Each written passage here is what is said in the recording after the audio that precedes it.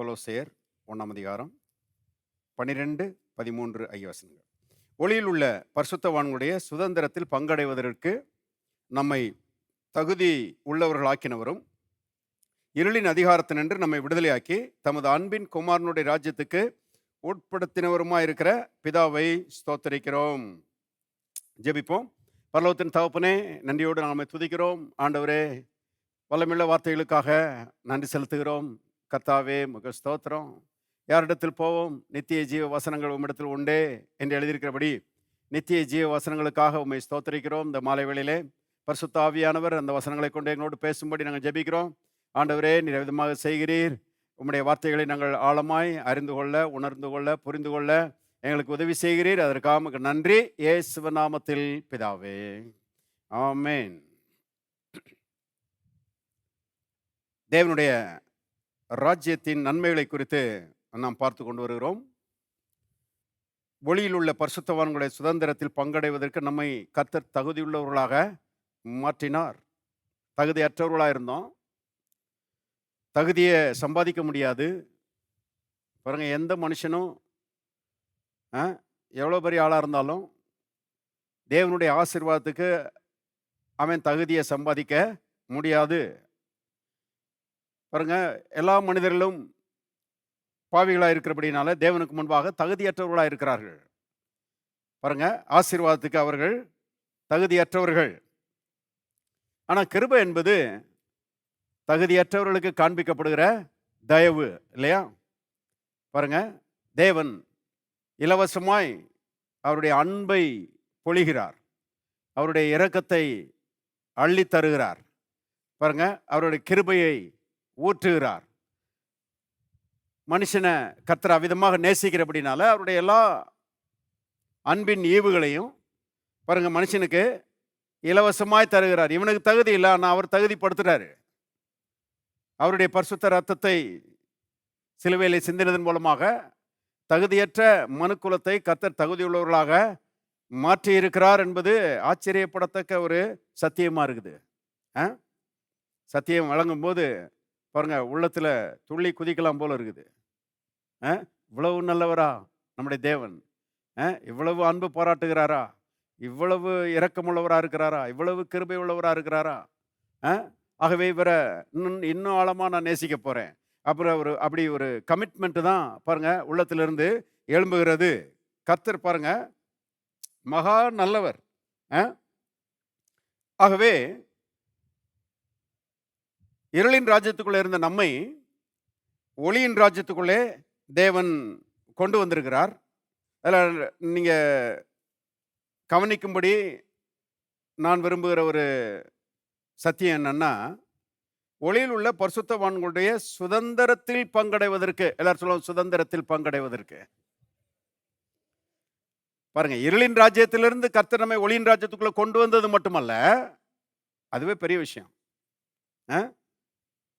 கோடி ஸ்தோத்திரம் பண்ணணும் அதுக்காகவே. நம்ம என்ன பாடுபட்டாலும் இருளின் ராஜ்யத்துக்குள்ள இருந்து விடுதலை ஆக முடியாது, ஒளியின் ராஜ்யத்துக்குள்ள வர முடியாது. யோசித்து பாருங்க, இஸ்ரவேல் மக்கள் பார்வோனுடைய அடிமைத்தனத்திலிருந்து விடுதலை ஆவதற்கு அவங்க பிரயாசப்பட்டிருப்பாங்கன்னா விடுதலை ஆயிருப்பாங்களா? யோசித்து பாருங்க. அத்தனை பேரும் தலையில் இருந்தாலும் பார்வோனின் அடிமைத்தனத்திலிருந்து அவங்க விடுதலையாகவே முடியாது. அந்த மாதிரி தான் பாருங்க, நாம பிசாசுனுடைய அரசாட்சிக்கு கீழே இருந்தோம். அவனுடைய கோர பிடிக்குள்ள நாம் இருந்தோம். அவனை பொறுத்தளவுல யாரும் என் பிடியிலிருந்து தப்ப முடியாது என்பதுதான் அவனுடைய பாருங்க வைராக்கியம். ஆனா கர்த்தர் பாருங்க விலையேறப்பட்ட கிறிஸ்துவின் ரத்தத்தை நமக்காக சிலுவையில சிந்தி அன்னைக்கு எகிப்து தேசத்துல மக்களை விடுதலையாக்குவதற்கு முன்பதாக ஆட்டுக்குட்டியின் ரத்தம் அடிக்கப்பட்டது போல தேவ ஆட்டுக்குட்டியாகிய இயேசு அவர் நமக்காக சிலுவையில் அடிக்கப்பட்டு இந்த பிசாசினுடைய கோரப்படியிலிருந்து நம்மை விடுதலையாக்கி இருளின் ராஜ்யத்திலிருந்து நம்மை ஒளியின் ராஜ்யத்துக்குள்ள என்ன செஞ்சாரு? கொண்டு வந்துட்டாரு. we are children of light. நம்ம ஒளியின் பிள்ளைகளா இருக்கிறோம். எல்லாரும் சொல்லுவோம், நான் ஒளியின் பிள்ளை. பாருங்க, நாம் இரவுக்கும் இருளுக்கும் உள்ளானவர்கள் அல்லவே என்று எழுதப்பட்டிருக்கிறது. ஏன்? அங்க இருந்து நம்மளை விடுதலை ஆக்கிட்டாரு. விடுதலையாக்கி ஒளியின் ராஜ்யத்துக்குள்ள தேவன் நம்மை கொண்டு வந்துட்டாரு. கொண்டு வந்தாலே போதும். அதுவே பெரிய நிம்மதி பெருமூச்சு விடுகிற ஒரு ஒரு காரியம் இல்லையா? ஆனா ஒளியின் ராஜ்யத்துக்குள்ள கொண்டு வந்தது மட்டுமல்ல, ஒளியில் உள்ள பரிசுத்தவான்களுக்கு ஒரு சுதந்திரத்தை வச்சிருக்கிறார் தேவன். ஆ? ஒளியில் உள்ள பரிசுத்தவான்களுக்கு பாருங்க, ஒரு தெய்வீக சுதந்திரத்தை தேவன் என்ன செய்திருக்கிறாரு, வைத்திருக்கிறார். யோசித்து பாருங்க, இன்னைக்கு மனிதர்களே அவருடைய பிள்ளைகளுக்கு சுதந்திரத்தை வைத்து போக முடியுமானால், அந்த சுதந்திரமே ரொம்ப பாராட்டப்படத்தக்க பெரிய சுதந்திரமா இருக்குமானால், தேவன் அவருடைய பிள்ளைகளுக்கு சுதந்திரம் வச்சிருந்தாருன்னா அந்த சுதந்திரம் எவ்வளவு பெருசா இருக்கும் யோசித்து பாருங்க. சில நேரங்களில் கற்பனையை தட்டி விடணும். தேவன் அவருடைய பிள்ளைகளுக்கு மகத்தான சுதந்திரங்களை வைத்திருக்கிறார். அந்த சுதந்திரத்தை சம்பாதிப்பதற்கு தான் சிலுவையில் அவ்வளவு பாடுகள். வேற எதுக்கும் இல்லை. பாருங்க, இந்த ஒளியில் உள்ள இந்த பரிசுத்தவான்களுக்கு அவ்வளவு சுதந்திரம் வச்சிருக்கிறாரு. இந்த ஒளியின் ராஜ்யம் ஒரு பிச்சைக்கார ராஜ்யம் கிடையாது. இந்த ஒளியின் ராஜ்யம், அருமையானவர்களே, இதுக்குள்ள தேவனுடைய நன்மைகள் கொட்டி கிடக்கிறது என்று சத்தியவேதம் சொல்லுகிறது. இதுல ஃபர்ஸ்ட் என்னன்னா, தேவனே நம்முடைய சுதந்திரமா மாறுறார். பாருங்க, ஒளியில் உள்ள பரிசுத்தவான்களுடைய சுதந்திரம் உடனே என்ன சுதந்திரம் இருக்குது, அது இருக்குதா, இது இருக்குதான்னு சொல்லி நம்ம யோசிக்கிறோம். பாருங்க, அதுல பிரதானமான ஒரு சுதந்திரம் என்னன்னா, அவரே நம்முடைய சொந்தக்காரரா மாறுகிறார். அவரே நம்முடைய அப்பாவா மாறுகிறார். எத்தனை பேர் சந்தோஷமா இருக்கிறீங்க? பாருங்க, தேவனோட இணைவது என்பது, தேவனை பாருங்க நம்முடைய சொந்த அப்பாவாக மாற்றுவது என்பது கிடைப்பதற்கரிய பெரிய பாக்கியம் என்று தான் நான் சொல்லுவேன். நேற்றைய தினத்தில் பார்த்தீங்கன்னா, இந்த இஸ்ரேல் தேசம் இருக்குது. அங்கே ஒரு 2 வருஷத்துக்கு முன்னாடி இந்த ஹமாஸ்ன்ற அமைப்பு அவங்களுக்கு எதிராக சண்டை போட்டு, அவங்களுக்கு எதிராக ஊடுருவி அவங்கள ஒரு 1200 பேரை கொன்னுட்டு, ஒரு 250 பேரை பாருங்க பிணை கைதிகளாக பிடிச்சி போயிட்டாங்க. அதுலேருந்து பெரிய சண்டை பாருங்க. இஸ்ரேல் தேசத்துக்கும் அந்த ஹமாஸ் அமைப்புக்கும் எதிராக பயங்கர சண்டை 2 வருஷமா.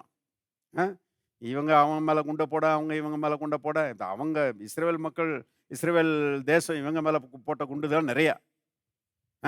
எங்கள் நாட்டுக்குள்ளே பூந்து எங்கள் ஆட்களை கொண்டுட்டு எங்கள் ஆட்களை நீ சிறைப்பிடிச்சிட்டு போவியா அப்படின்னு சொல்லி பாருங்க போட்டு தள்ளிட்டானுங்க. 2 வருஷமா சொல்கிறாங்க 65,000 பேருக்கு மேலே செத்து போயிட்டாங்கன்னு 2 தரப்புலையும். கவனிங்க, அதில் இந்த 250 பேர் பிணை கைதிகளை பிடிச்சிட்டு போனாங்களே, அப்பப்போ கொஞ்சம் கொஞ்சம் பேரை ரிலீஸ் பண்ணாங்க. கடைசியாக ஒரு 20-25 பேரை பாருங்க வச்சுக்கிட்டானுங்க, விடவே இல்லை. அப்புறம் பாருங்க, இந்த அமெரிக்க பிரசிடென்ட் ஒருத்தர் ட்ரம்ப்ன்றவர், அவர் பாருங்க பேச்சுவார்த்தை நடத்தி இந்த 2 நாடுகளுக்கு இடையே ஒரு சமாதான உடன்படிக்கையை உண்டாக்கி போர் நிறுத்தத்தை கொண்டு வந்துட்டார். போர் நிறுத்தத்தை கொண்டு வந்த உடனே பாருங்க, இந்த ஹமாஸ் பிடிச்சிட்டு போனாங்களே அவங்கள ரிலீஸ் பண்ண சொல்லிட்டார். இவங்க இருக்கிறாங்களே இஸ்ரேல் தேசத்தார், இவங்க பதிலுக்கு அவங்க ஆட்களை கொஞ்சம் பேரை பிடிச்சி வச்சுக்கிட்டாங்க. ஆகவே இவங்கள பார்த்து நீங்களும் ரிலீஸ் பண்ணுங்க. நேற்று ரிலீஸ் பண்ணி விட்டாங்க பாருங்க, டிவிலாம் காமிக்கிறாங்க. இந்த 25 பேர் 2 வருஷமா குகைக்குள்ள தான் கிடந்தாங்க. அப்படி ரிலீஸ் ஆகி வரும்போது ஒரு 22 வயசு பையன் அவங்க அம்மாவை பார்க்குறான் பாருங்க. 2 வருஷத்துக்கு பிறகு முத முறையா அவங்க அம்மாவையும் அப்பாவையும் பார்த்தா 2 பேரும் அழுகிறாங்க. ஆனந்த கண்ணீர் ஓடுது.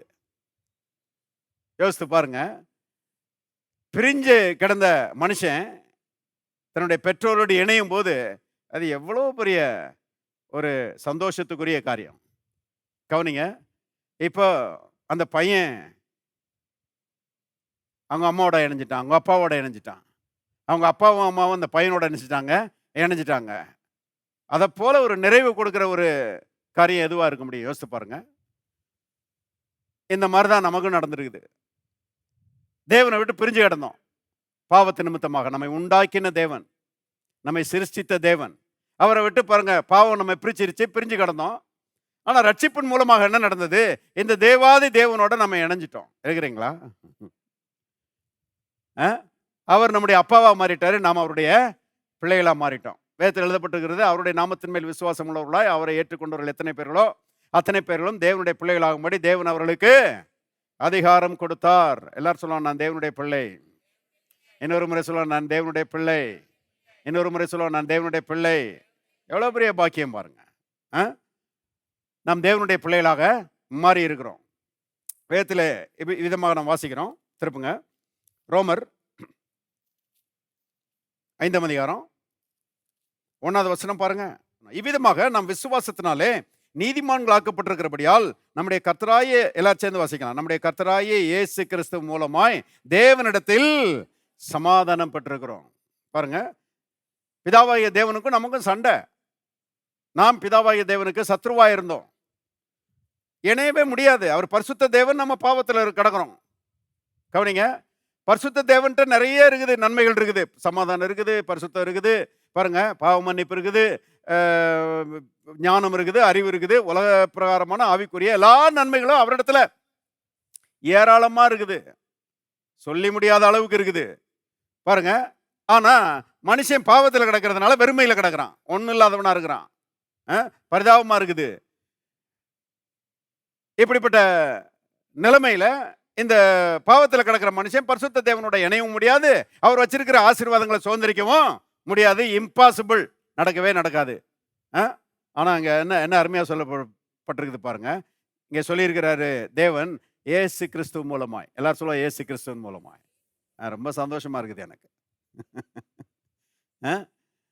நம்மையும் தேவனையும் இணைக்கும்படி ஒரு பாலமாக இயேசு நமக்காக இந்த உலகத்துல வந்து நம்முடைய பாவங்களை தன்மையில ஏற்றுக்கொண்டு அதற்காக தண்டிக்கப்பட்டு, பாருங்க, நமக்காக ரத்தம் சிந்தி காயப்பட்டு வேதனைப்பட்டு இந்த பாவத்தை அடியோட அழிச்சு பாவத்தை கேன்சல் பண்ணி பாவத்துக்கு நிவாரணம் பண்ணி, அருமையானவர்களே, தேவனுக்கு சத்துருக்களாக இருந்த நம்மை தேவனுடைய நண்பர்களாக மாற்றி விட்டார். தேவனை விட்டு தூரமாக இருந்த நம்மை தேவனோடு இணைத்து விட்டார். பிசாசின் பிள்ளைகளாக இருந்த நம்மை தேவனுடைய பிள்ளைகளாக மாற்றி விட்டார். அல்லேலூயா. எவ்வளவு பெரிய பாக்கியம் பாருங்க. ஆகவே தேவனிடத்திலே சமாதானம் பட்டிருக்கிறோம். நாமும் தேவனும் இணைஞ்சிருக்கிறோம். இப்ப தேவன் நம்முடைய சுதந்திரமா இருக்கிறார். இது எவ்வளவு பெரிய ஒரு நம்பிக்கையின் நங்கூரமா இருக்கிறது. யோசித்து பாருங்க. யார் எனக்கு இருந்தாலும் இல்லாட்டிலும் என் தேவன் இருக்கிறார் எனக்கு. அவர் என்னுடைய அப்பா, நான் அவருடைய பிள்ளை. அவர் என்னை விட்டு விலகுவதும் இல்லை, என்னை கைவிடுவதும் இல்லை. அவர் என்னை நேசிக்கிறார். ஏன் நேசிக்கிறாருன்னு தெரியல, ஆனா என்னை நேசிக்கிறாரு. கவனிங்க, அப்பாவும் நாமும் இணைஞ்சிருக்கிறோம். நாம் அவருடைய சுதந்திரம். நீங்க வாசித்து பார்த்தீங்கன்னா யாத்திராமத்திலாம் சொல்றாரு, இஸ்ரவேல்லாம் என்னுடைய சுதந்திரம்ன்றார். என் பிள்ளைகள் தான் என்னுடைய சுதந்திரம்ன்றாரு. அவர் தானே சொன்னார், பிள்ளைகள் கர்த்தரால் வரும் சுதந்திரம்னு சொல்லி. ஒரு குடும்பத்தில் அந்த தகப்பனுக்கும் தாய்க்கும் பிள்ளைகள் வந்து சுதந்திரமாக கொடுக்கப்பட்டிருக்கிறார்கள். நாம் எல்லாரும் தேவனுக்கு சுதந்திரமாக இருக்கிறோம். நம்ம அப்படிதான் பார்க்குறாரு அவர். பாருங்க, தேவனுடைய பிள்ளைகளாக இருக்கிறோம், அவருக்கு சுதந்திரமாக இருக்கிறோம். இது புரிந்து கொண்ட தாவீது என்ன சொல்கிறான்? திருப்புங்க சங்கீதம் 16 5 6 ஐயா வசனங்களை பாருங்க. சங்கீதம் 16 5 6. கர்த்தர் என் சுதந்திரமும் என் பாத்திரத்தின் பங்குமானவர், என் சுதந்திரத்தை தேவரீர் காப்பாற்றுகிறீர். 6ஆம் வசனம் பாருங்க. நேர்த்தியான இடங்களில் எனக்கு பங்கு கிடைத்தது, ஆம் சிறப்பான சுதந்திரம் எனக்கு உண்டு. சொல்றான் பாருங்க. கர்த்தர் என் சுதந்திரம், கர்த்தர் என்னுடைய சுதந்திரமா இருக்கிறதுனால அவர் எனக்கு சிறப்பான சுதந்திரத்தையும் வச்சிருக்கிறாரு, மற்ற சுதந்திரத்தையும் வச்சிருக்கிறாரு வச்சிருக்கிறாரு. பாருங்க, தேவனோடு இணைந்தது என்பது அதுதான் நம்முடைய பெரிய பாக்கியம். ரட்சிப்புன்றது இதுதான். தேவாதி தேவனோட நம்ம இணைஞ்சிருக்கிறோம். தேவன் நமக்கு சொந்தக்காரராக மாறிட்டாரு, நாம் அவருடைய சொந்தக்காரர்களாக மாறிட்டோம். அவர் நமக்கு சுதந்திரமாக மாறிட்டாரு, நாம் அவருடைய சுதந்திரவாளிகளா இருக்கிறோம். என்ன மாதிரி ஒரு பிணைப்பு, என்ன மாதிரி ஒரு இணைப்பு, யோசித்து பாருங்க. இதுதான் ரட்சிப்பு. இதெல்லாம் யோசித்து பார்த்து பாருங்க. கர்த்தரை துதிக்கிறது தான் நமக்கு கிடைத்த ஸ்லாக்கியம் என்பதை தெரிந்து கொள்ளுங்கள். பாருங்க, பழைய ஏற்பாட்டில் நம்ம வாசிக்கிறோம். யாக்கோபும் யோசேப்பும் இணைகிறாங்க. இந்த கதை உங்களுக்கு தெரியும். யாக்கோபு அவன் கொஞ்சம் மிடில் ஏஜ்டு மேன். பாருங்க, நடுத்தர வயதாக இருக்கும்போது என்ன நடந்துச்சு? யோசேப்பு தான் கண்ட சொப்பனத்தை பற்றி அவங்க அன்னைமார்கிட்ட சொல்லிவிட்டான். சொல்லக்கூடாது சில காரியங்களை, ஆனால் சொல்லியே சில நேரம் மாட்டிக்கிறோம் நம்ம. சில ரகசியங்களை பாருங்க, நமக்கும் கர்த்தருக்கு மட்டும் வச்சுக்கணும். சொல்ல வேண்டியதை சொல்லலாம், ஆனால் சொல்லக்கூடாத நினச்சக்கூடாது, சொல்லக்கூடாது. யோசேப்பு பாருங்க, சொல்ல வேண்டாத சொல்லிவிட்டான். அவனுக்குள்ள மட்டும் வச்சிருந்தான்னா அவனுக்கு பிரச்சனையே வந்திருக்காது. ஆனா அன்னைமார்கிட்ட என்ன சொல்லிட்டான்? நம்ம எல்லாரும் கதிர் அறுத்துக்கிட்டு இருக்கிறோம், என்னுடைய அரிக்கட்டு மட்டும் நிமிர்ந்து நிற்கிது, உங்க அரிக்கட்டெல்லாம் என்னை சுத்தி படுத்துருச்சுன்றான். அவங்களுக்கு வந்துச்சு பாருங்க மூக்குல கோபம். நாங்கெல்லாம் உன்னை வந்து வணங்குவோமா? நீ என்ன அவ்வளோ பெரிய ஆளா? எல்லாம் ஏன்னா இவன் பாருங்க 10 பேருக்கும் அடுத்து கீழே 11வது ஆளு. நாங்கெல்லாம் உனக்கு எல்டர்ஸு, நாங்கெல்லாம் சீனியர்ஸு, நாங்கள் எப்படி உன்னை வந்து வணங்குவோம் அப்படின்னு சொல்லி பாருங்க அவனுங்களுக்கு கோபம். ஆகவே இவனை தீர்த்து கட்டிடணும்னு முடிவு பண்ணிட்டாங்க. சொப்பனக்காரன் நம்மளுக்கு ரொம்ப டிஸ்டர்பிங்காக இருக்கிறான், இவனை க்ளோஸ் பண்ணிடணும்னு சொல்லி முடிவு பண்ணுறானுங்க. பண்ணிவிட்டு இப்போ பாருங்க இவன் அவங்க அப்பாட்டிருந்து பால் கட்டிகளை வாங்கிக்கிட்டு இவனுடைய நலம் விசாரிக்க வர்றான். ஆடு மேய்ச்சிட்டு இருக்கிறாங்க. ஆடு மேய்க்கிறதுக்கு போயிட்டானுங்கன்னா சில நேரங்களில் வாரக்கணக்காக மாதக்கணக்காக வரமாட்டானுங்க. இனி எங்கே இருக்கிறாங்க, எப்படி இருக்கிறானுங்க, போய் பார்த்துட்டு வான்னு சொல்லி யோசேப்பை யாக்கோபு அனுப்பி வைக்கிறாரு. இவன் அவங்களுக்கு வறுத்த பயிரெல்லாம் எடுத்துக்கிட்டு என்ன செய்கிறான்? நலம் விசாரிக்க வர்றான். வந்தால் தூரத்தில் வரும்போதே பார்த்துட்டானுங்க, அந்த வர்றான் சொப்பனக்காரன், இவனை காலி பண்ணிடுவோன்னு சொல்லி பாருங்க அவனை அடித்து குழிக்குள்ளே போட்டு அந்த குழியிலேருந்து தூக்கி எகிப்துக்கு விற்றுப்பிட்டானுங்க. 20 வெள்ளிக்காசுக்கு என்ன செஞ்சிட்டாங்க? விற்றுப்பிட்டானுங்க. இப்போ அவங்க அப்பாட்ட சொல்லணுமே, என்ன சொல்லணும்? அவன் அங்கேயே கழட்டி ஒரு ஆட்டுக்கடாவை அடித்து அந்த அங்கேயே அந்த ரத்தத்தில் தோய்ச்சி பாருங்க அவங்க அப்பாட்ட கொண்டு போய் காமிக்கிறானுங்க. இது உங்களுடைய குமாரனாகிய யோசேப்புடையதானா பாரும் அப்படின்னு சொல்லி என்ன செய்யறானுங்க? காமிக்கிறான். பார்த்த உடனே ஐயோ, இது நான் என் பையனுக்கு வாங்கி கொடுத்த பலவர்னு அங்கே இல்லையா அப்படின்னு சொல்லி அவன் பாருங்க பார்த்துட்டு ரொம்ப வேதனைப்பட்டு போயிட்டான். யோசேப்பு பீருண்டு போனானே, ஒரு காட்டு மிருகம் அவனை கடிச்சு சாப்பிட்டுருச்சே, ஐயோ நான் என்ன செய்வேன் யோசேப்புக்காக அப்படின்னு சொல்லி பாருங்க அழுகுறான். வருஷக்கணக்காக அழுதான்னு போட்டிருக்குது பைபிளில்.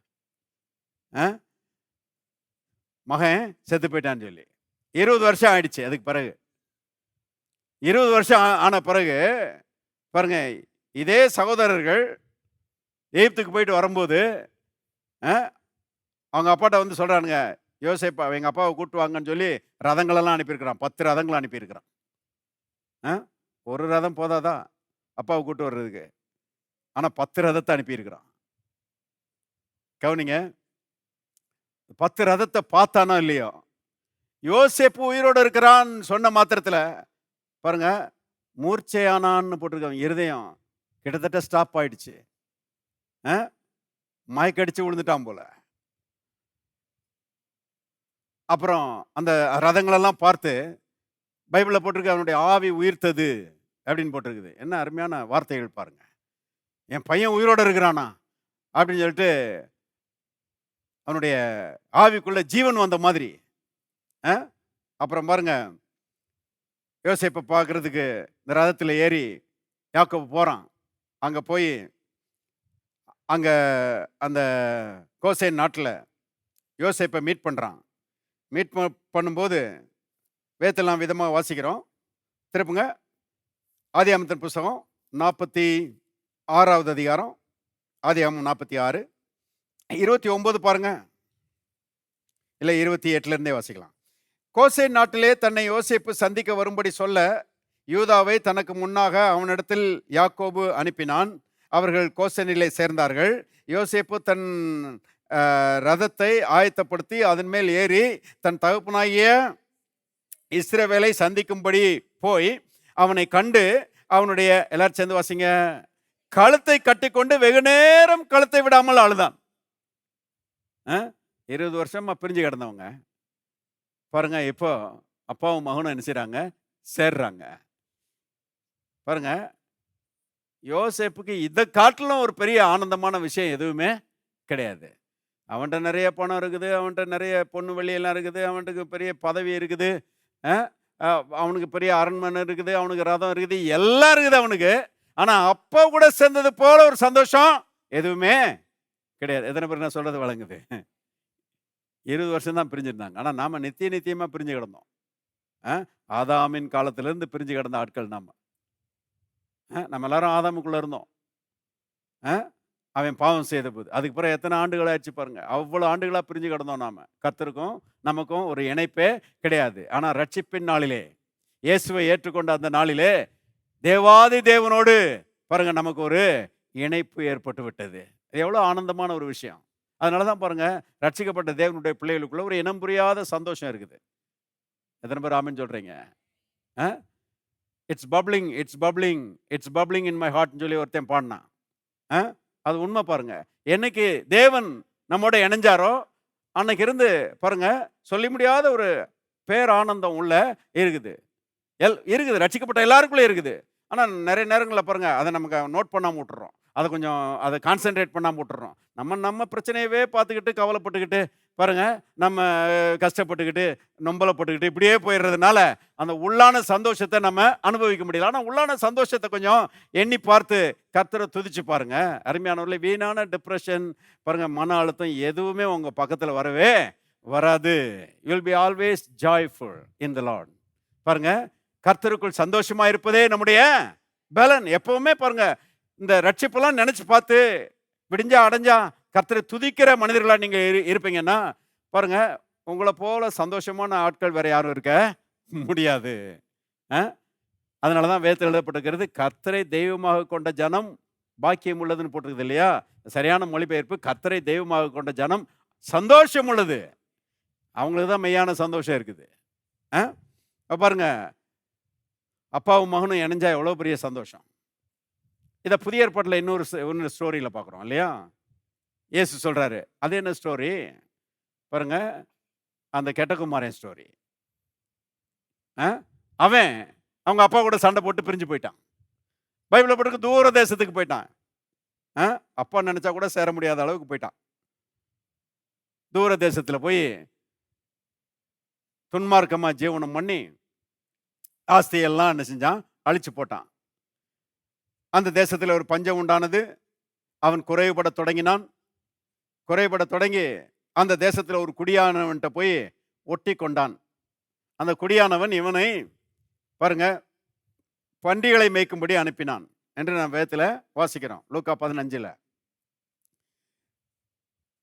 நாம் வாசிக்கிறோம். பன்றிகளை மேய்த்து கொண்டிருந்த அந்த நாட்களில் பன்றிகள் தின்கிற தவிட்டினாலே தன் வயிற்றை நிரப்ப ஆசையாயிருந்தான். ஒருவனும் அதை அவனுக்கு கொடுக்கவில்லை. பன்னியை காட்டிலும் கேவலமான ஒரு இடத்துக்கு போயிட்டான்.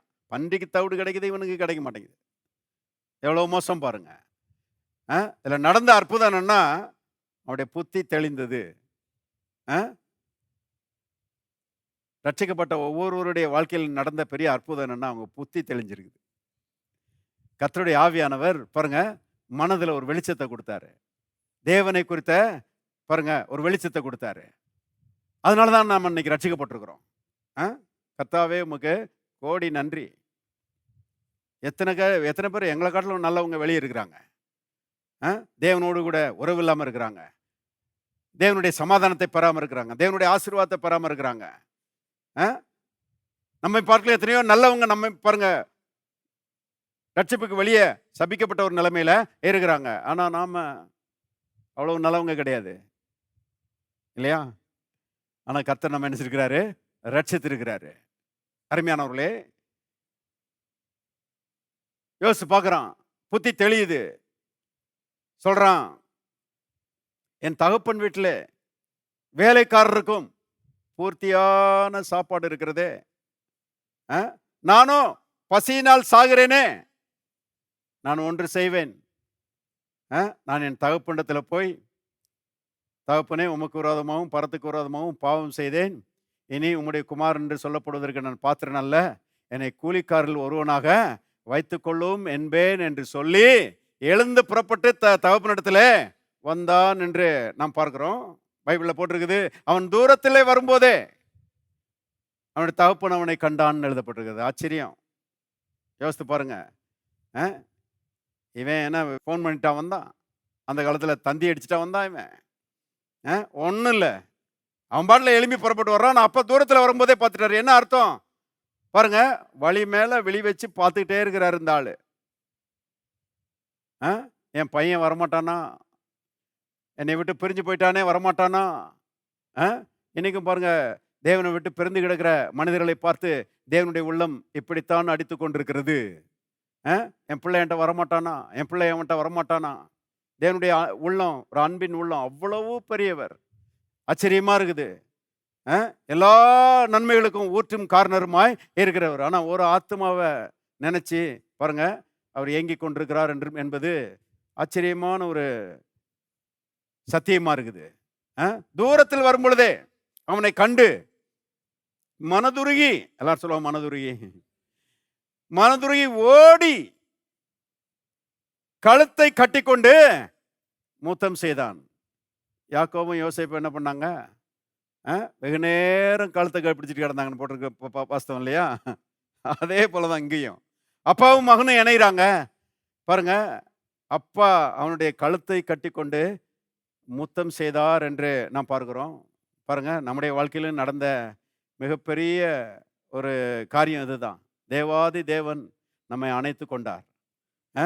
தம்முடைய மிகுந்த இரக்கத்தினாலே நம்மை தம்மிடத்திலே சேர்த்து கொண்டார். அருமையானவர்களே, நம்மை அவருடைய பிள்ளைகளாக ஏற்றுக்கொண்டார். நம்மை பாருங்க முத்தம் கொடுத்து தகுதியுள்ளவர்களாக மாற்றி பாருங்க நம்மை ஏற்றுக்கொண்டார் என்பது ஆச்சரியமான ஒரு விஷயம். பாருங்க, தேவனே நம்முடைய சுதந்திரமா மாறிட்டார். இவன் பாருங்க, இந்த கெட்டகுமாரன், அவனுக்கு ஒன்றும் இல்லை பாருங்க, பன்றி குடிசையிலேருந்து வர்றான். எப்படி ட்ரெஸ் பண்ணிட்டு வந்திருப்பான்னு யோசித்து பாருங்க. நான் நினைச்சேன் கிழிஞ்ச டிஷர்ட்டோட தான் வந்திருப்பான்னு நினைக்கிறேன். ஆனால் அப்பா எதையுமே பார்க்கல. நாத்தம் பிடிச்சி போய் தான் வந்திருப்பான். பண்டி குடிசையிலேருந்து வந்தான சென்ட் போட்டா வரப்போறாவன் பாருங்க. அப்பா கட்டி அணைச்சு முத்தம் கொடுக்குறாரு. நீ போய் குளிச்சுட்டு வாப்பா, நான் முத்தம் கொடுக்குறேன்னு சொல்லலை. அப்பாவுடைய அன்பு எல்லா நாத்தத்தை பார்க்கலும் பெருசு.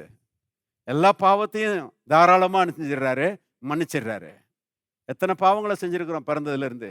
எல்லா பாவத்தையும் பாருங்க கேன்சல் பண்ணி விட்டாரு. அவனுக்கு அல்லே சொல்லுவோம் பாருங்க. அப்படி ஏற்றுக்கொண்டது மட்டும் இல்ல, அவன் இவருக்கு சுதந்திரவாளியா மாறிட்டான், இவர் அவனுக்கு சுதந்திரவாளியா மாறிட்டாரு. ரெண்டு பேரும் இணைஞ்சிட்டாங்க. அதோட போகல பாருங்க. அதுக்கு பிறகு என்னன்னா, அப்பாவுடையதெல்லாம் என்னுடையதுன்ற நிலைமைக்கு வந்துட்டான் இல்லையா? மோதிரத்தை கொண்டாந்து கொடுக்குறாரு, மாட்டிக்கிறான். விவரமான ஆளா இருக்குமா போல.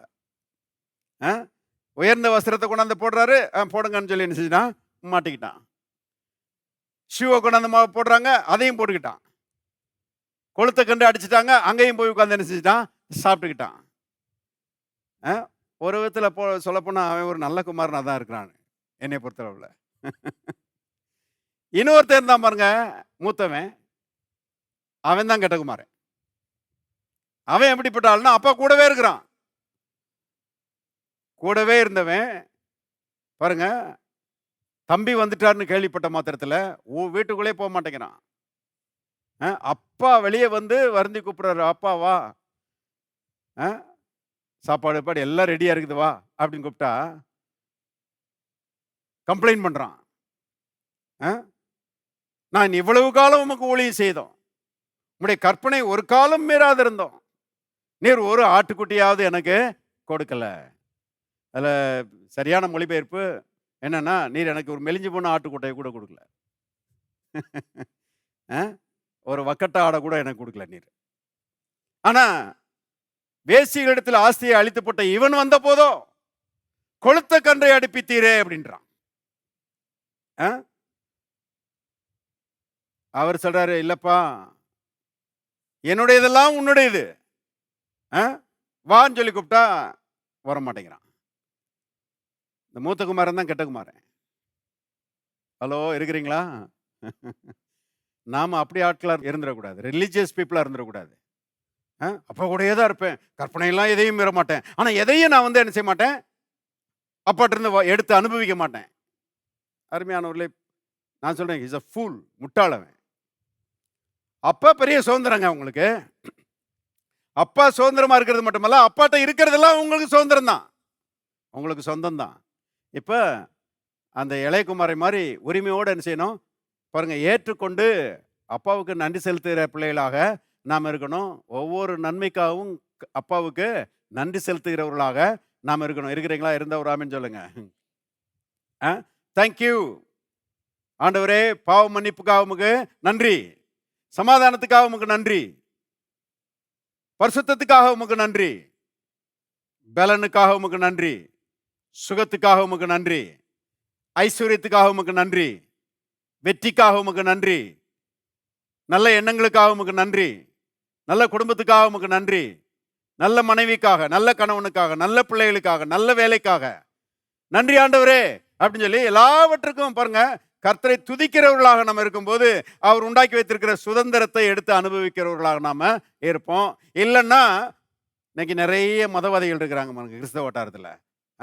நாங்க எதையுமே ஆண்டவர் இருந்து எதிர்பார்க்க மாட்டோம், எதையுமே ஆண்டவர் இருந்து நாங்க எடுத்துக்கொள்ள மாட்டோம்.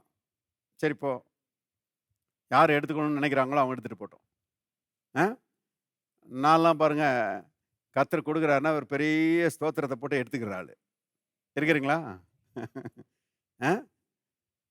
இந்த ரிலீஜியஸ் மைண்டு வந்து ஒரு விதத்தில் சொல்லப்போனால் ஒரு பெருமையான மைண்டு, ஒரு ஒரு ஒரு அகங்காரம். அது என்ன நான் அப்படிங்கிற ஒரு அகங்காரம். இப்படிப்பட்ட ஆட்கள் அனுபவிக்க மாட்டாங்க. ஆனால் நான் அல்ல, எங்கள் அப்பா தான் என்ன நினைக்கிறவங்க அருமையான அப்பாட்ட இருந்து எல்லாத்தையும் எடுத்து அனுபவிப்பார்கள். நான் வந்து அந்த கோஷ்டியில் இருக்க விரும்புகிறேன். இன்னைக்கும் கிறிஸ்தவ வட்டாரத்தில் 2 கோஷ்டி இருக்குது. ஒன்று வந்து நாங்கள் ரொம்ப பரிசுத்தவான்கள், நாங்கள் அதை செய்கிறமாக்கும் இதை செய்கிறமாக்கும்னு சொல்லி பாருங்க, தங்களுடைய நீதியை குறித்து மேன்மை பாராட்டுகிற ஆட்கள். அவன் தான் அதைத்தானே சொல்கிறான். இந்த மூத்தகுமாரன், இவ்வளோ காலமாக நான் உங்க கூடவே இருக்கிறேன், உங்களுடைய கற்பனைகளை ஒரு நாள் நான் மீறவே இல்லை, உமக்கு சரியான வேலை செஞ்சிருக்கிறேன் நான் அப்படின்றதுல தான் அவன் பாயிண்ட்ல இருக்கிறான். அப்பாவுடைய அன்பை பற்றி அவனுக்கு பெருசா தெரியல. ஆனா இவன் இளையகுமாரை வந்து அப்படியே ஏத்துக்கிட்டான். தேவனுடைய பிள்ளைகளை கவனிங்க, இன்னைக்கு நாம இந்த இளையகுமாரன் மாதிரி அப்பா கொடுக்கறது எதுவாக இருந்தாலும் சரி, நான் வந்து கரம் நீட்டி என்ன செய்ய போறேன், வாங்கி கொள்ள போகிறேன். வாங்கி கொள்றது மட்டுமல்ல, அதற்காக அவரை துதிக்க போகிறேன். ஏன்னா அவர் என்னுடைய சுதந்திரமாக மாறினது மட்டுமல்ல, அருமையானவர்களே, அவருடைய எல்லாம் என்னுடையது. அவர்கிட்ட என்னெல்லாம் இருக்குதோ எல்லாம் என்னுடையது. எத்தனை பேர் ஆமென் சொல்றீங்க? இப்ப யோசித்து பாருங்க, கர்த்தர்ட்ட நிறைய இருக்குது. கர்த்தர் நம்முடைய வாழ்க்கைக்குள்ள வரும்போது, அதான் ஒரு பிரசங்கியார் சொன்னார், அவர் பாக்கெட்டுக்குள்ள இருக்கிறது நம்ம வீட்டுக்குள்ள வந்துருதுன்றார். இல்லையா? அவ்வளோ பெரிய தேவன் நம்ம வீட்டுக்குள்ள வரும்போது அவர் பாக்கெட்டுக்குள்ள இருக்கிற நன்மையும் நம்ம வீட்டுக்குள்ள இருந்துருது, வந்துருது. ஏன்னா பாக்கெட் என்ன கழட்டி வச்சுட்டா வர போறாரு. அவர் அவ்வளோ பெரிய தேவன் நம்முடைய வீட்டுக்குள்ள வரும்போது அவர் கையில் இருக்கிறதெல்லாம் நம்முடைய வீட்டுக்குள்ள வந்துருது. அவர் பெரிய கோடீஸ்வரர் பாருங்க. அதனால தான் நீதிமொழியின் புஸ்தகத்தில் நம்ம விதமாக வாசிக்கிறோம். திருப்புங்க நீதிமொழிகள், நீதிமொழிகள் நீதிமொழிகள் 3ஆம் அதிகாரம் 13 முதல் 16 வசனங்கள் வாசிக்கிறேன்.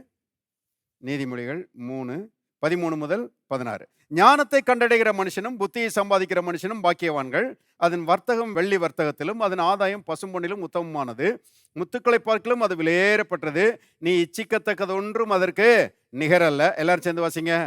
அதன் வலது கையில் தீர்க்காயுசும் அதன் இடது கையில் செல்வமும் கனமும் இருக்கிறது. ஞானம் வரும்போது, நம்ம வீட்டுக்குள்ள வரும்போது, நம்ம வாழ்க்கைக்குள்ள வரும்போது பாருங்க, தீர்க்காயுசோட வருதான்.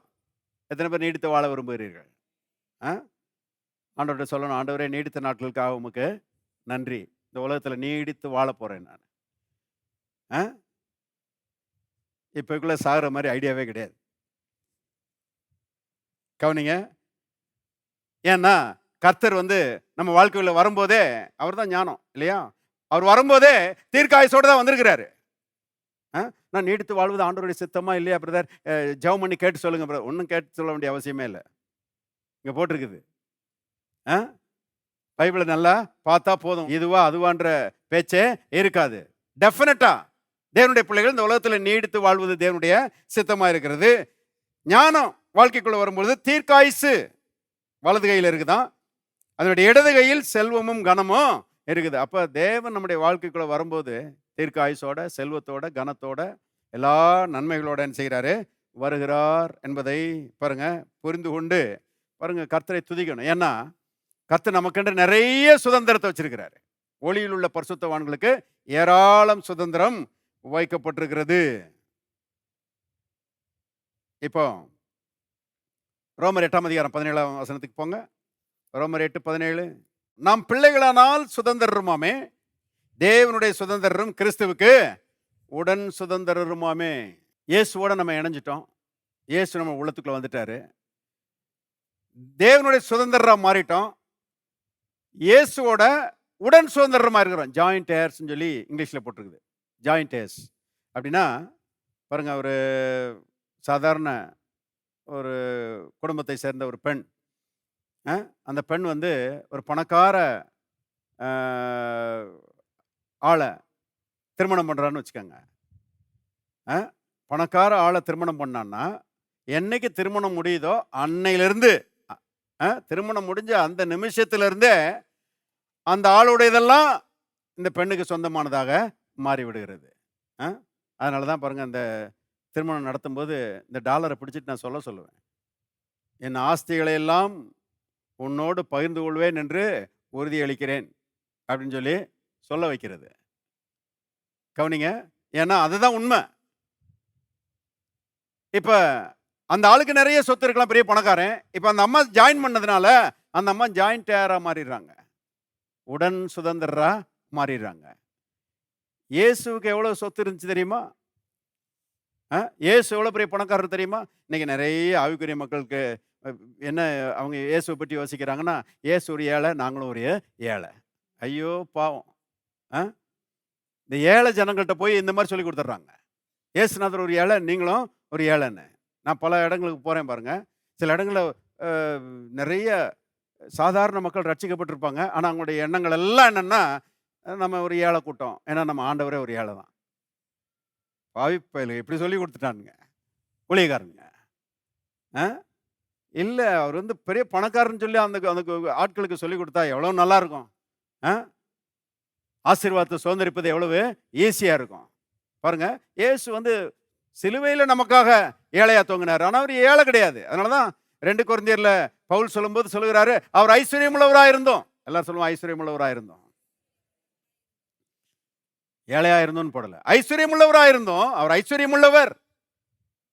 ஆனா அவருடைய தரித்திரத்தினால நீங்கள் ஐஸ்வர்யவான்களாகும்படிக்கு உங்கள் நிமித்தம் தரித்திரரானாரே. எல்லாரும் சொல்லுவோம், இயேசு என் நிமித்தமாக சிலுவையிலே தரித்திரரானார். இன்னொரு முறை சொல்லுவோம், இயேசு என் நிமித்தமாக சிலுவையிலே தரித்திரரானார். ஆனால் அவர் ஐஸ்வர்யவான், அவர் பெரிய ஐஸ்வர்யவான். பாருங்க அவருக்கு எவ்வளவு சுதந்திரம் இருக்குது. வாசிங்க எபிரேயரின் புஸ்தகம் 1ஆம் அதிகாரம் 3வது வசனம் பாருங்க. இவர்னா இயேசு, அவருடையனா தேவனுடைய, இயேசு தேவனுடைய மகிமையின் பிரகாசமும் அவருடைய தன்மையின் சொரூபமும் அம்மா இருந்து சர்வத்தையும் தம்முடைய வல்லமையுள்ள வசனத்தினாலே தாங்குகிறவராய் தம்மாலே தாமே நம்முடைய பாவங்களை நீக்கும் சுத்திகரிப்பை உண்டு பண்ணி உன்னதங்களுள்ள மகத்துவமானுடைய வலது பரிசத்திலே உட்கார்ந்தார். இப்போ 2வது வசனம் பாருங்க. இந்த கடைசி நாட்களில் குமாரன் மூலமாய் நமக்கு திருவுளம் பற்றினார். எல்லாரும் சேர்ந்து வாசிங்க. இவரை சர்வத்துக்கும் சுதந்திரவாளியாக நியமித்தார். இயேசு பிதாவாகிய தேவனுடைய தற்சரூபம், எக்ஸாக்ட் ரெப்ளிகா. இயேசுவை பார்த்தா தேவனை அப்படியே என்ன செஞ்சிடலாம், பார்த்துடலாம். தேவனை 100% பிரதிபலித்த ஒரு நபர் இயேசு தான். கவனிங்க, அதனாலதான் இயேசு சொன்னார், என்னை கண்டவன் பிதாவை கண்டான்னு சொன்னார் இல்லையா? அந்த இயேசு அவரை தேவன் சர்வத்துக்கும் சுதந்திரவாளியாக நியமித்தார். எல்லாம் அவருடையது தான், இயேசுனுடையது தான். நல்லா கவனிங்க. அது ஐஸ்வர்யமா இருக்கட்டும், மகிமையா இருக்கட்டும், ராஜரீகமா இருக்கட்டும், எதுவா இருக்கட்டும், எல்லாமே இயேசுனுடையது தான். இயேசுக்கு கொடுத்துட்டாரு பிதாவாகிய தேவன். ஏன்னா இயேசு அவ்வளவு கரையும் கொடுத்துருக்கிறார் நமக்காக. இப்ப கவனிங்க, சர்வத்துக்கும் சுதந்திரவாளியாக நியமித்தார். நம்மள அந்த சர்வத்துக்கும் சுதந்திரவாளியாகி இயேசுவோட இணைச்சு விட்டார். அப்படின்னா என்ன அர்த்தம்? இயேசுக்கு சொந்தமானதெல்லாம் நமக்கு சொந்தம். இருக்கிறீங்களா? எத்தனை பேர் சந்தோஷமா இருக்கிறீங்க? இயேசுக்கு சொந்தமானதெல்லாம் நமக்கு சொந்தங்க. பிள்ளைகளானால் சுதந்திரமாமே, தேவனுடைய சுதந்திரம் கிறிஸ்துவுடனே உடன் சுதந்திரமாய் இருக்கிறோம். கிறிஸ்துனுடைய பரிசுத்தம் நம்முடைய பரிசுத்தம், கிறிஸ்துனுடைய ஞானம் நம்முடைய ஞானம், கிறிஸ்துனுடைய ஆரோக்கியம் நம்முடைய ஆரோக்கியம், கிறிஸ்துனுடைய வெற்றி நம்முடைய வெற்றி, கிறிஸ்துனுடைய ஐஸ்வர்யம் நம்முடைய ஐஸ்வர்யம், கிறிஸ்துனுடைய மகிமை நம்முடைய மகிமை. அவரோட சேர்ந்திருக்கிறோம். அதனாலதான் எண்ணங்கள் மேல எழும்பணும். உயர்ந்த எண்ணங்கள் உடையவர்களாக நம்ம மாறணும். பாருங்க, கீழ்த்தரமான எண்ணங்களை புதைக்கணும் குழி தோண்டி. அது நமக்கு நல்ல எதிர்காலத்தை கொண்டு வராது. எப்பேற்பட்ட தேவனோடு நாம் உடன் சுதந்திரவாளியாக இருக்கிறோம் யோசித்து பாருங்க. சர்வத்துக்கும் சுதந்திரவாளியோட நாம உடன் சுதந்திரா இருக்கிறோம். அப்படின்னா என்ன அர்த்தம்? சர்வத்துக்கு நாமும் சுதந்திரவாளிகளா இருக்கிறோம். ஹலோ, பாருங்க, இப்போ நமக்குள்ள சுதந்திரத்துல ஒரு பகுதி அதுதான் தேவதூதருடைய உதவிகள். அதான் நம்ம பார்த்துட்டு இருக்கிறோம். நமக்கு நிறைய சுதந்திரம் இருக்கிறது. அதுல ஒண்ணு தேவதூதருடைய உதவி, தேவதூதருடைய ஒத்தாசை, தேவதூதருடைய பாதுகாவல் நமக்கு இருக்குதுங்க. தேவன் அவருடைய தூதர்களை நம்மை பாதுகாக்கும்படி அனுப்பி கொடுத்திருக்கிறாராம்.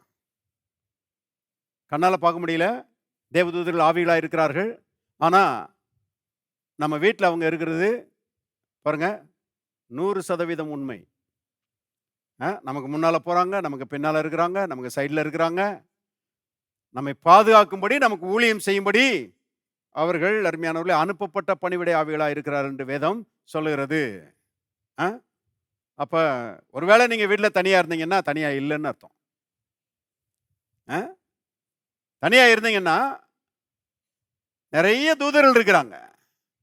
ஐயோ எனக்கு யாருமே இல்லை நீங்க யோசிக்க வேண்டிய அவசியமே இல்லை. தேவாதி தேவன் அவருடைய தூதர்களையே நினைச்சிருக்கிறாரு, அனுப்பி கொடுத்திருக்கிறாரு. தேவன் உங்களுக்குள்ள இருக்கிறாரு, இயேசு உங்களுக்குள்ள இருக்கிறாரு, பரிசுத்த ஆவியானவர் உங்களுக்குள்ள இருக்கிறாரு. தேவ தூதர்கள் உங்க வீட்டில் இருக்கிறாங்க. எதுக்கு நம்ம தனிமையை உணரணும்? யோசித்து பாருங்க. நான் தனியா இருக்கிறேன்னு சொல்ல வேண்டிய அவசியமே இல்லை. நான் உன்னை விட்டு விலகுவதும் இல்லை, உன்னை கைவிடுவதும் இல்லை என்று தேவன் சொல்லியிருக்கிறாரு. ஆகவே அவர் கூட இருக்கிறாரு, அவருடைய தூதர்கள் நம்ம கூட இருக்கிறாங்க. எவ்வளவு பெரிய ஒரு டீமோட நம்ம இருக்கிறோம் யோசித்து பாருங்க. இப்போ போவோம் மத்தேயு 18:10. இந்த சிறியரில் ஒருவனையும் அற்பமா எண்ணாதபடிக்கு எச்சரிக்கையாயிருங்கள். அவர்களுக்குரிய தேவ தூதர்கள் பரலோகத்திலே என் பரமபிதாவின் சமூகத்தை எப்போதும் தரிசிக்கிறார்கள் என்று உங்களுக்கு சொல்லுகிறேன். இயேசு சொல்றாரு பாருங்க. அதாவது சின்ன பிள்ளைகளை ரொம்ப அற்பமா நினைக்காதீங்க. சின்ன பிள்ளைகளை இல் ட்ரீட் பண்ணாதீங்க. சின்ன பிள்ளைகளை அவங்க இன்சல்ட் ஆகுற மாதிரி அவங்கள என்ன செய்யாதீங்க, பேசாதீங்க, அவங்கள கோவப்படுத்தாதீங்க. அவங்கள நல்லா அரவணைச்சு கொண்டு போங்க, தட்டி கொடுத்து கொண்டு போங்க. அவங்ககிட்ட பாசிட்டிவாக கொஞ்சம் பேசுங்க. ஏன்னா அவங்கள நீங்கள் கஷ்டப்படுத்துனீங்கன்னா அது தேவனையே கஷ்டப்படுத்துகிற மாதிரி. நீங்கள் அவங்கள இன்சல்ட் பண்ணி பேசுனீங்கன்னா தேவனை இன்சல்ட் பண்ணி பேசுகிற மாதிரி. அவர்களுக்குரிய தேவதூதர்கள் யோசித்து பாருங்க, என்ன அருமையாக சொல்லப்பட்டது. அவர்களுக்குரிய தேவதூதர்கள் அப்படின்னா ஒரு குழந்தைக்கு தேவதூதர்களையே கார்டியனா அனுப்பி வச்சிடறாரு ஆண்டவர். மனுஷனை எவ்வளோ அதிகமாக நேசிக்கிறார் பாருங்க. அதனால தான் சில ஆக்சிடென்ட்ஸ் எல்லாம் நடக்கும்போது கவனிச்சிருக்கிறீங்களா? பஸ்ஸு காரு இதெல்லாம் ஆக்சிடென்ட்லாம் நடந்துச்சு. அதில் பார்த்தீங்கன்னா குழந்தைகள் மட்டும் பொழைச்சிக்குவாங்க, குழந்தைகளுக்கு மட்டும் எந்த அடியும் இருக்காது. நான் நினைக்கிறேன் தேவதூதர்கள் பாதுகாத்துட்டாங்க. கவனியங்கள், அவர்களுக்குரிய தேவதூதர்கள். தேவதூதன்னு போடல, தேவதூதர்கள்னு போட்டிருக்குது. ஒரு குழந்தைக்கு பல தேவதூதர்களை கர்த்தர் நினைச்சிருக்கிறாரு, அனுப்பியிருக்கிறார். குறைஞ்சது 2 தேவதூதர்களையாவது அனுப்பியிருக்கிறார். இதை பற்றி தான் நான் ஏற்கனவே சொன்னேன். அப்ப குழந்தையா இருக்கும்போது அவர்களை பாதுகாக்கும்படி தேவன் தம்முடைய தூதர்களை அனுப்பியிருப்பார். ஆனால் நல்லா கவனிங்க, அந்த குழந்தைகள் வளர்ந்த உடனே தேவதூதர்கள் போயிடுறாங்களா அவங்கள விட்டுட்டு? கூடவே தான் இருக்கிறாங்க. ஆனா அந்த குழந்தை விசுவாசிச்சு சத்தியங்களெல்லாம் நம்பி பாருங்க, தேவனுடைய வார்த்தைகளை பேசுகிற நபரா அந்த குழந்தை மாறும்போது தேவதூதருடைய உதவி கண்டினியூஸா தொடர்ந்து அந்த ஆளுக்கு கிடைக்க ஆரம்பிக்கிறது. நாம் அதை உணரணும். பாருங்க, இந்த தேவதூதர்களை குறித்த சத்தியங்களை கேட்க கேட்க தான் நம்ம விசுவாசிப்போம். விசுவாசிக்க விசுவாசிக்க தான் பாருங்க தேவனுடைய ஆசீர்வாதத்தை அல்லது தேவதூதருடைய பிரயோஜனத்தை நம்ம அனுபவிக்க முடியும்.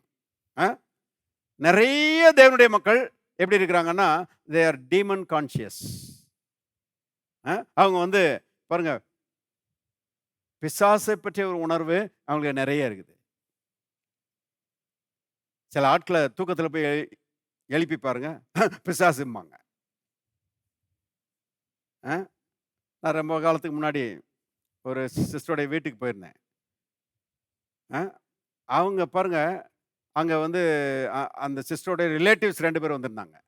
அவங்க ஏதோ ஒரு கூட்டத்துக்கு போயிட்டு அந்த கூட்டத்தை ஒரு 2-3 நாள் அந்த கூட்டம் நடந்துச்சான். அந்த கூட்டம் முடிஞ்சு அங்கே வீட்டுக்கு வந்துட்டு அவங்க வீட்டில் தங்கி இருந்துட்டு பாருங்க, அவங்க ஊருக்கு மறுநாள் போகும்படி அன்னைக்கு ராத்திரி வந்துருங்க. நான் யதார்த்தமாக அந்த சிஸ்டருடைய வீட்டில் ஜெபம் பண்ணுறதுக்காக போயிருந்தேன். அப்போ பார்த்தா பாருங்க, அந்த 2 ஆட்களும் பேசுறது முழுவதும் பிசாசை பற்றியே பேசிட்டு இருக்கிறாங்க.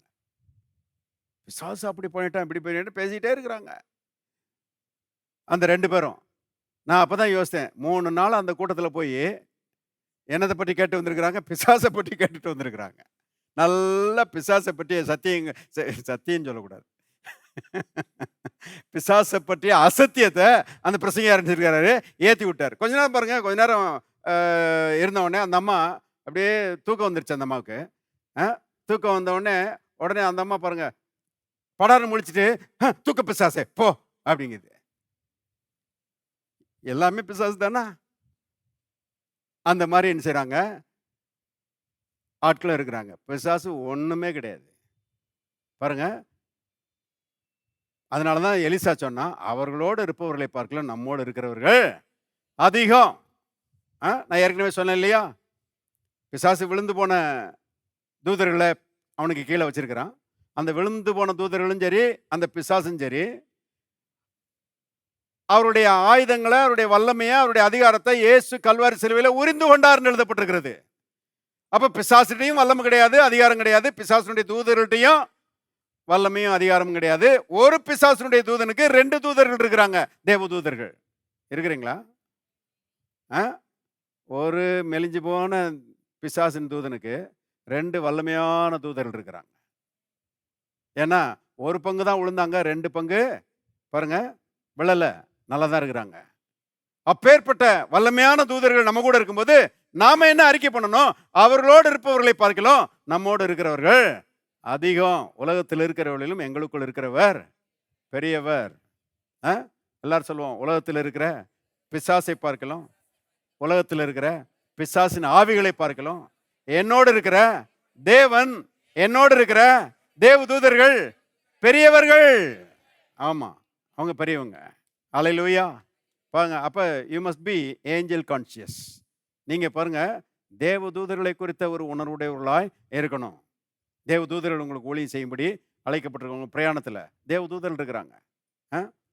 சில ஊருக்கு போகணுன்னு யோசிக்கிறீங்க, போகும்போதே என்ன நீங்கள் வந்து ஜெபம் பண்ணணும், ஆண்டவரே தேவதூதர்களை கட்டவிழ்த்து விடுறேன், தேவதூதர்கள் எங்களை பாதுகாப்பார்களாக, பொல்லாப்பு எனக்கு நேரிடாது, வாதையின் கொடரத்தை அணுகாது சொல்லி தேவதூதர்களை ரிலீஸ் பண்ணீங்கன்னா they are ready to serve you. பாருங்க, உங்களுக்கு ஊழியம் செய்யும்படி அவங்க காத்திருக்கிறார்கள். நீங்க தான் விசுவாசத்துல ஜெபம் பண்ணணும், நீங்க தான் அந்த ப்ரொவிஷனை உங்களுக்கு எடுத்துக்கொள்ள வேண்டும். பாருங்க, பாதுகாவலற்ற ஒரு உலகத்துல இருக்கிறோம். பேப்பர்லாம் வாசிக்கும் போது பயங்கரமா இருக்குது, ஆக்சிடென்ட்ஸும் அது இதுவும். நீ தான் பார்த்தேன், கோயம்புத்தூர்ல ஒரு பெரிய பாலம் திறந்தாங்களாம், கேள்விப்பட்டிருப்பீங்க. மதுரையில் 7 கிலோமீட்டருக்கு ஒரே பாலம் இருக்குது இல்லையா? 7 கிலோமீட்டர் நீளத்துக்கு ஒரு பாலம் போட்டிருக்கிறாங்க மதுரையில். கோயம்புத்தூரில் 10 கிலோமீட்டருக்கு ஒரு பாலம் போட்டிருக்கிறாங்க. இப்போ தான் திறந்துருக்காங்க. ராத்திரி 1:30 மணிக்கு யாரோ ஒருத்தன் காரை வேகமாக ஓட்டிட்டு பாலத்தில் யாரும் இருக்க மாட்டாங்கல்ல ராத்திரி 1:30 மணிக்கு. அது பறந்து போகிற பாலம், ஃப்ளைஓவர். அது பறந்து வந்திருக்கிறான். எண்டு வரும்போது இறக்கம் வேற, முடியும் போது இறக்கணுன்னே அந்த ராத்திரி 1:30 மணிக்கு கண்ட்ரோலில் விட்டுட்டான். Over speed. கடைசியில் கண்ட்ரோல் பண்ணுறதுக்கு முன்னாடி பாருங்கள், சாலை ஓரத்தில் நின்ன லாரிக்கு கீழே போயிட்டான். இன்னைக்கு பேப்பரில் போட்டிருக்கிறேன். லாரி கீழே போயிட்டான், அப்படியே ஸ்மாஷ்டு. 3-4 பேர் அப்படியே கோயம்புத்தூர் சேர்ந்தவங்க அப்படியே பாருங்கள் சட்னி மாதிரி ஆயிட்டாங்களாம். ஏன்னா பயங்கரம் பாருங்கள். அவ்வளவு விபத்துகளும் ஆபத்துகளும் இந்த உலகத்தில் இருக்குது. ஆனால் கர்த்தர் நமக்கு ஒரு வாக்குத்தத்தம் கொடுத்துருக்கிறாரு. வழியெல்லாம் உன்னை காக்கும்படி உனக்காக தம்முடைய தூதர்களுக்கு கட்டளையிடுவார். உன் பாதம் கல்லில் இராதபடிக்கு அவர்கள் உன்னை தங்கள் கைகளில் ஏந்தி கொண்டு போவார்கள். இருக்கிறீங்களா? எல்லாரும் சொல்லுவோம், என் வழிகளில் எல்லாம் என்னை காக்கும்படி எனக்காக தம்முடைய தூதர்களுக்கு கட்டளையிடுவார். என் பாதம் கல்லில் இராதபடிக்கு அவர்கள் என்னை தங்கள் கைகளில் ஏந்தி கொண்டு போவார்கள். அல்லேலூயா. நமக்கு பாருங்க பாதுகாவல் இருக்கிறது. அப்போ தேவ தூதர்களை ரிலீஸ் பண்ணி விட வேண்டியது நம்ம வேலை. ஒரு பெரிய சம்பவம் இருக்குது, ஆனால் அது சொல்கிறதுக்கு நேரம் இல்லை. இப்போ அடுத்த பைபிள் ஸ்டடியில் கண்டினியூ பண்ணுவோம். பாருங்கள், நிறைய சம்பவங்கள் இருக்குது தேவ தூதர்களால் வந்த பாதுகாவல். பேதுரு கூட பார்த்தீங்கன்னா அவரை கொலை செய்யறதுக்காக ஜெயிலில் அடைச்சி வச்சிருந்தாங்களாம். அப்போஸ்தலர் 12ஆம் அதிகாரத்தில் எழுதப்பட்டிருக்கிறது. ஏற்கனவே யாக்கோபு பேதுருடைய கூட்டாளி இல்லையா? பேதுரு யாக்கோபுன்னு தான் வரும். யாக்கோபை பாருங்க கொன்னுபிட்டாங்க. இப்போ பேதுருவையும் யாக்கோபை கொன்னது போலவே பேதுருவையும் கொல்றதுக்கு, பட்டயத்தினால கொல்றதுக்கு ஜெயிலில் பிடிச்சி போட்டுருக்குறாங்க. மறுநாள் வெளியே கொண்டு வந்து ஆளை வெட்டி கொல்லணும். ஏரோது அப்படிப்பட்ட பிளானோட ஜெயிலில் அடைச்சி வச்சிருக்கிறான். பேதுரு யோசித்தாரு, நான் நினைக்கிறேன் நல்லா விசுவாசிச்சு அறிக்கை பண்ணியிருப்பாருன்னு நினைக்கிறேன். ஆண்டவரே, உம்முடைய சித்தம் இல்லாமல் ஒருத்தனும் என்னைய கொல்ல முடியாது. உம்முடைய சித்தம் இல்லாமல் என் தலை முடி கூட கீழே விழாது. ஆகவே நீர் என்னை பாதுகாக்கிற தேவன். உம்முடைய திட்டம், நீர் வைத்திருக்கிற திட்டம் என் வாழ்க்கையில் நிறைவேறும்னு சொல்லி ஜெபம் பண்ணிட்டு படுத்திருப்பார்னு நினைக்கிறேன். நல்ல தூக்கம். யோசித்து பாருங்க எப்படி விசுவாசத்தில் இருந்திருக்கிறாங்கன்னு. நாளைக்கு கழுத்தை வெட்ட போறான்னு இன்னைக்கு தூக்கம் வருமா? ஆனால் பேதுரு பாருங்க அயர்ந்த நித்திரை, கர்த்தர் மேலே நம்பிக்கை வச்சு அவர் பாட்டில் ஜெயிலில் தூங்கிட்டு இருக்கிறாரு. பைபிளில் போட்டிருக்கு தேவதூதன் வந்துட்டான். தேவதூதன் வந்து பாருங்க விழாவில் தட்டி எழுப்புனானா. பேதுரு எழுப்பின உடனே சட்டையை போடு, வேட்டியை கட்டு, செருப்பை போடு.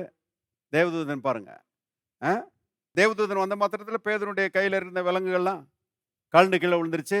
பேதுருவை கூட்டிக்கிட்டு தேவதூதன் 1வது கேட்டுக்கு வரான், 2வது கேட்டுக்கு வரான், 3வது கேட்டு, எல்லா கேட்டும் தானா திறக்குது. ஆண்டவருக்கு அல்லேலூயா சொல்லுவோம். மனுஷனுக்கு தான் பாருங்க திண்டுக்கல் பூட்டு, அந்த பூட்டு, இந்த பூட்டு பூட்டு பெருசாக நினைக்கிறான். ஆனால் தேவனுக்கு ஒன்றுமே கிடையாது. பாருங்க, தேவதூதன் வந்தவுடனே எல்லா பூட்டும் கலண்டு ஓடுது.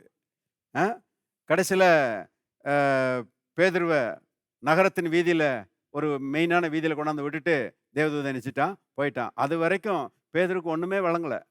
நடக்கிறதெல்லாம் சொப்பனம் மாதிரி நடக்குதுன்னு நினச்சிட்டு இருந்தார். ஆனால் ரியலாக நடந்திருக்குது. காலையில் எந்திரிச்சு பாருங்க, பேதுரு ஜெயிலிருந்து தப்பிச்சிட்டாருன்னு கேள்விப்பட்ட மாத்திரத்தில் ஏரோதுக்கு கலக்கம்னா சொல்ல முடியல. கடைசியில் அவன் ஊரை விட்டே காலி பண்ணி வேற ஊருக்கு போயிட்டானா. அங்கே போய் பெரிய போதகம் பண்ணுறேன்னு சொல்லி ஒரு சிங்காசனத்தில் உட்காந்துருந்தானா. ஜனங்கள்லாம் இது மனுஷனுடைய வார்த்தை அல்ல, இது தேவனுடைய வார்த்தைன்னு சொல்லி பாருங்க அவன் ஏரோதுவை புகழ்ந்தாங்களாம். பைபிளில் போட்டிருக்கு தேவதூதன், எல்லாரும் சொல்லலாம் தேவதூதன். தேவதூதன் அவனை அடித்தான், அவன் புழுத்து செத்தான்னு போட்டிருக்கு. பேதுருவை தேவதூதன் காப்பாத்திட்டு வந்துட்டான். ஏரோதுவை தேவதூதன் அடிச்சு கொன்னுபிட்டான். அதான் கவனிங்க, இதுதான் நமக்கும் நடக்கும். நாம் ஆண்டவருடைய பிள்ளைகளாக இருக்கிறதுனால தேவதூதன் நம்மளை காப்பாற்றுவான். நமக்கு விரோதிகள் எல்லாம் தேவதூதனை க்ளோஸ் பண்ணிடுவான். இருக்கிறீங்களா? பாருங்க, அதனால தான் தேவதூதனுடைய உதவியை நாட வேண்டும். கர்த்தாவே தேவதூதர்களுக்காக நமக்கு நன்றின்னு சொல்லி பாருங்க, அந்த ப்ரொவிஷனுக்காக கர்த்தரை நாம் துதிக்க வேண்டும். அப்படி செய்யும்போது நம்மையும், நம்முடைய குடும்பத்தையும், நம்முடைய பிள்ளைகளையும், நம்முடைய தொழிலையும், எல்லாவற்றையும் தேவ தூதர்களை கொண்டு தேவன் பாதுகாப்பார். இருக்கிறீங்களா? எல்லாம் தயவு செய்து எழுந்து நிற்போம். Thank you Lord, thank you Lord. எவ்வளோ பெரிய ரட்சிப்பு! தேவனோட நாம் இணைந்திருக்கிறோம். தேவனுடைய எல்லா நன்மைகளுக்கும் சுதந்திரவாளிகளாக இருக்கிறோம். தேவ தூதர்கள் நமக்கு ஊழியம் செய்யும்படி அனுப்பப்பட்டிருக்கிறார்கள். ஏன்னா தேவன் அவ்வளவாய் நம்மை நேசிக்கிறார். நம்மை பாதுகாக்கிறதுல அவர் ரொம்ப அக்கறையா இருக்கிறாரு. இப்போ நாம் விசுவாசிக்கிறதுல தீவிரமாக இருக்கணும். தேவன் என்னை பாதுகாக்கிற தேவன். கர்த்தரை நம்புகிற நான் என்றைக்கும் அசையாமல் நிலைத்திருக்கும் சீயோன் பர்வதத்தை போல இருப்பேன். தேவன் மலைகள் எருசலேமை சுற்றிலும் இருக்குமா போல் தேவன் எனக்கு பாதுகாவலராக ஒரு மலை போல என்னை சூழ்ந்திருக்கிறார். தேவ தூதர்கள் என்னை பாதுகாக்கிறவர்களாக இருக்கிறார்கள். பொல்லா பெண்ணுக்கு நேரிடாது, வாதையின் கூடாரத்தை அணுகாது. ஆமேன். பரலோகத்தின் தகப்பனே, நன்றியோடு நாங்கள் துதிக்கிறோம். கர்த்தாவே, உமக்கு ஸ்தோத்திரம். உமக்கு சத்துருக்களாக இருந்த எங்களை கிறிஸ்துவின் மூலமாக ஆண்டவரே உம்மோடு இணைத்து கொண்ட உம்முடைய அன்பை நாங்கள் எண்ணி பார்க்கிறோம். கர்த்தாவே, உம்முடைய இரக்கத்தை எண்ணி பார்க்கிறோம். உம்முடைய மனதுருக்கத்தை எண்ணி பார்க்கிறோம். நன்றி செலுத்துகிறோம். நீர் எங்களுடைய சுதந்திரமாக மாறி இருக்கிறீர். நாங்கள் உம்முடைய சுதந்திரமாக இருக்கிறோம். கர்த்தாவே தகப்பனே, உமக்கு ஸ்தோத்திரம். இப்படிப்பட்ட ஒரு இணைப்புக்காக கர்த்தாவே நாங்கள் உமக்கு நன்றி செலுத்துகிறோம். எங்களுக்காக வைக்கப்பட்டிருக்கிற சுதந்திரங்களுக்காக உமக்கு நன்றி. தேவதூதருடைய பாதுகாவலுக்காக உமக்கு நன்றி. தேவதூதர்கள் எங்களை பாதுகாக்கிறார்கள் என்று நாங்கள் விசுவாசிக்கிறோம். தேவதூதர்களை இயேசுவின் நாமத்திலே நாங்கள் கட்டவிழ்த்து விடுகிறோம். கர்த்தாவே, உமக்கு ஸ்தோத்திரம். எங்களையும், எங்களுடைய குடும்பத்தையும், எங்களுடைய பிள்ளைகளையும், எங்களுடைய தொழிலையும், கர்த்தாவே எங்களுக்கு உண்டான எல்லாவற்றையும் தேவதூதர்கள் பாதுகாக்கிறபடியால் உமக்கு நன்றி செலுத்துகிறோம். தொடர்ந்து கர்த்தாவே தேவதூதருடைய பாதுகாவல் எங்களுக்கு உண்டாயிருக்கட்டும். அவிதமான செய்கிறீர், அதற்காக உமக்கு நன்றி. இயேசுவின் நாமத்தில் பிதாவே, ஆமென்.